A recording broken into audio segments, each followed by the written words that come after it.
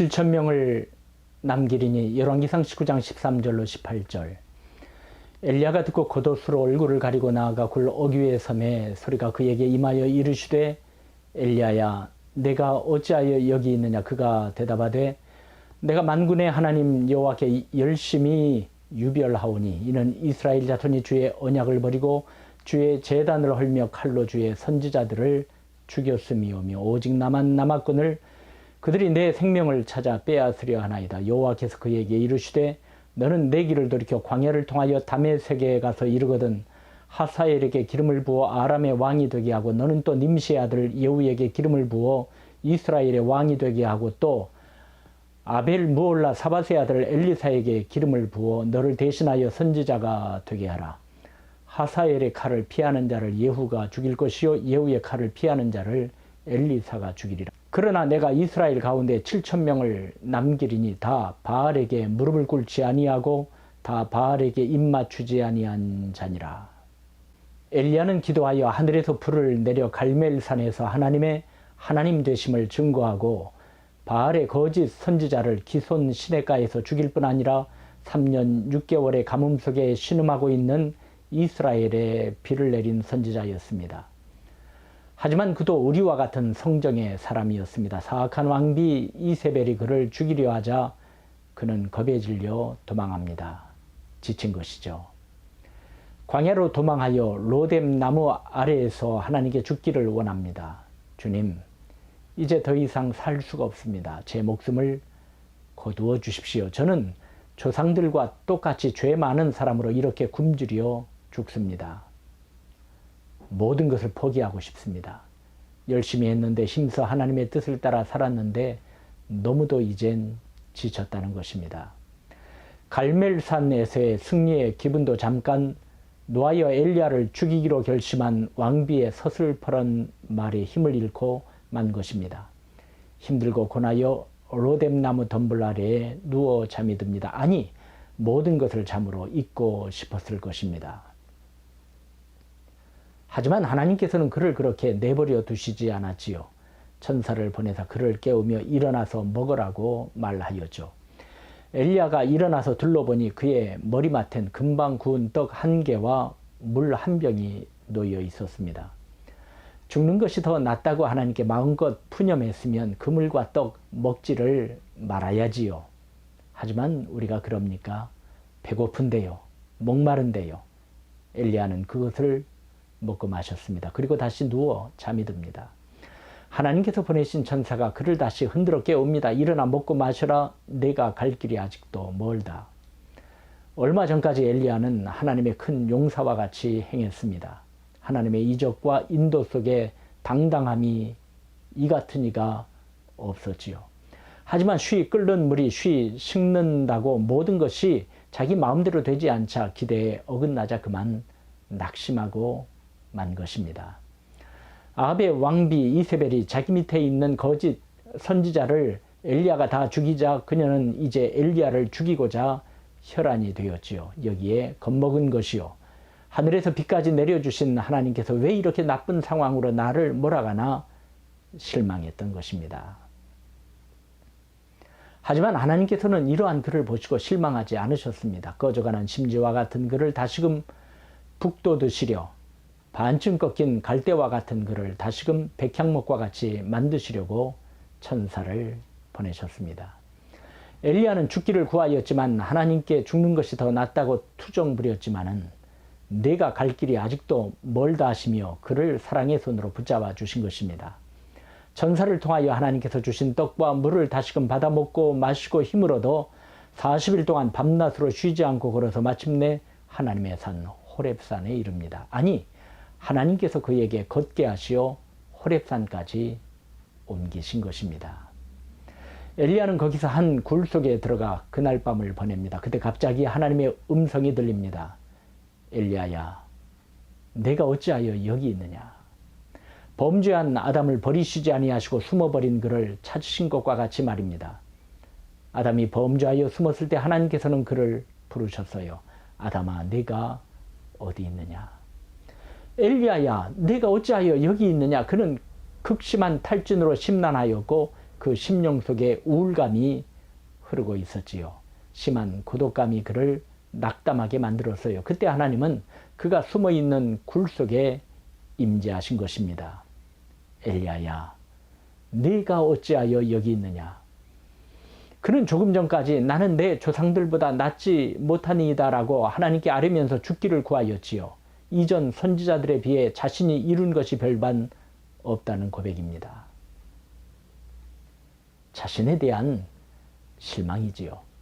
하지만 하나님은 엘리야에게 실망하시지 않았습니다. 그래서 그를 찾아오신 것입니다. 엘리야야, 내가 어찌하여 여기 있느냐?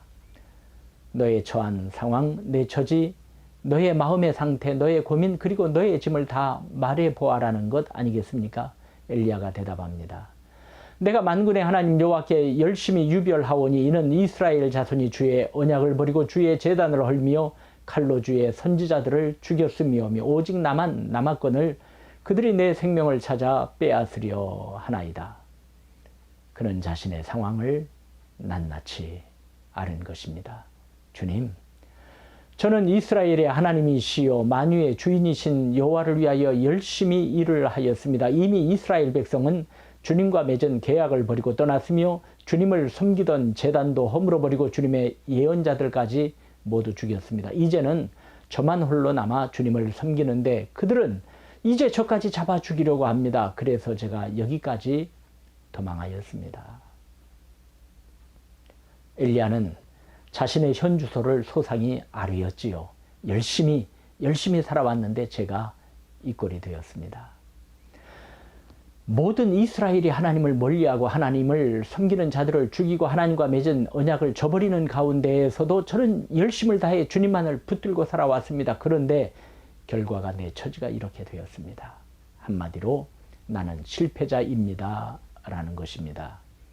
하나님은 그의 아뢰음을 다 듣습니다. 그리고 말씀하십니다. 너는 나가서 여호와 앞에서 산에 서라. 절망의 굴 속에 있는 그를 먼저 밖으로 이끄셨습니다. 그리고 내 앞에 서라고 하신 것입니다.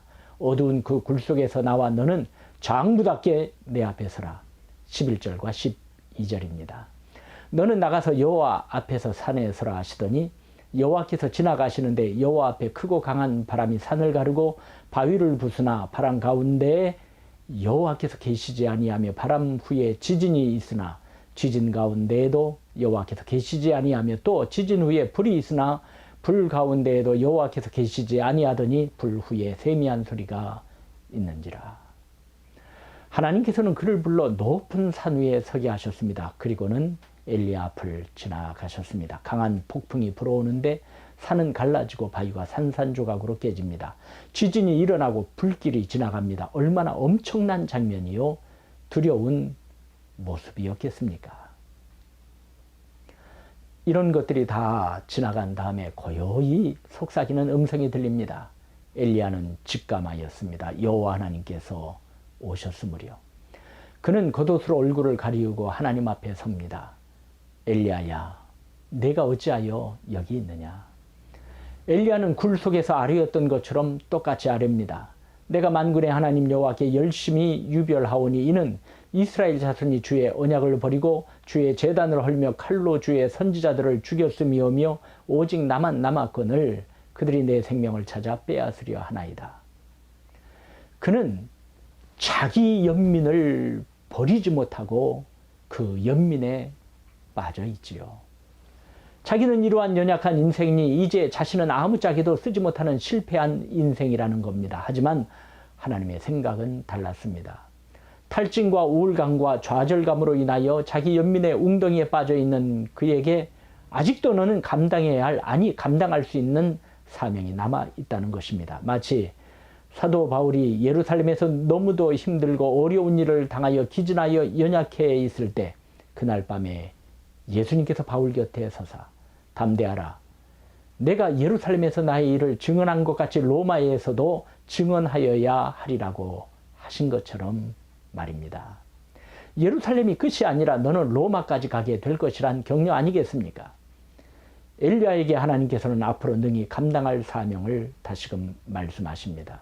너는 내 길을 돌이켜 광야를 통하여 다메섹에 가서 이르거든 하사엘에게 기름을 부어 아람의 왕이 되게 하고 너는 또 님시의 아들 예후에게 기름을 부어 이스라엘의 왕이 되게 하고 또 아벨 무올라 사밧의 아들 엘리사에게 기름을 부어 너를 대신하여 선지자가 되게 하라. 하사엘의 칼을 피하는 자를 예후가 죽일 것이요 예후의 칼을 피하는 자를 엘리사가 죽이리라.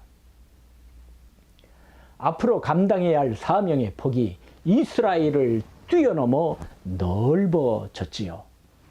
하사엘을 아람의 왕으로 세우게 하고 예후에게 기름을 부어 이스라엘의 왕이 되게 하고 엘리사를 택하여 너의 후계자로 삼으라는 것입니다.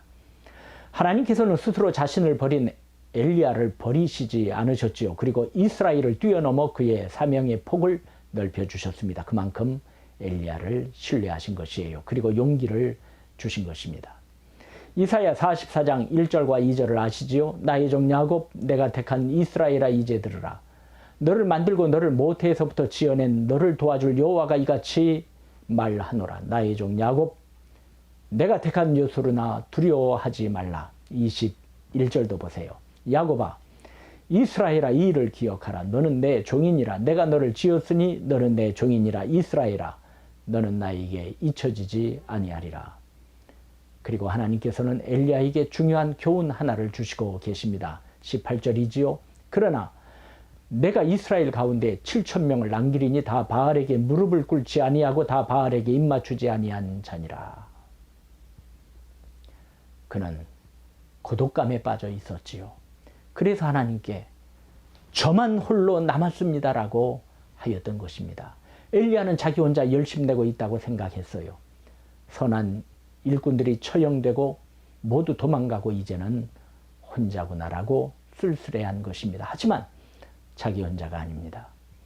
바알에게 우상에게 무릎 꿇지 아니한 신실하게 신앙을 지키며 살아가는 자가 7,000명이나 된다는 것입니다. 그는 겸손해졌을 것입니다. 오직 나만 남았거늘.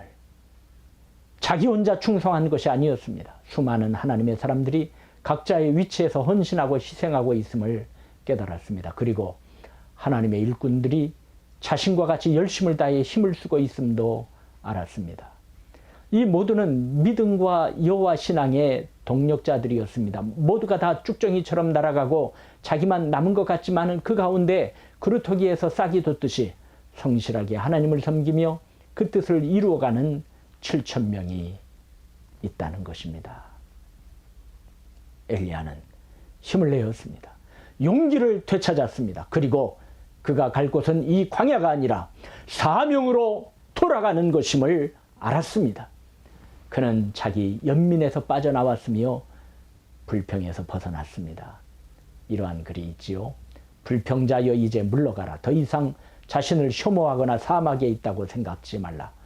바위가 가까울수록 전망도 가까우니 타락한 이스라엘 중에는 그대처럼 매일 기도하는 마음과 눈이 있으니 그대 모를지라도 창조주는 아시도다.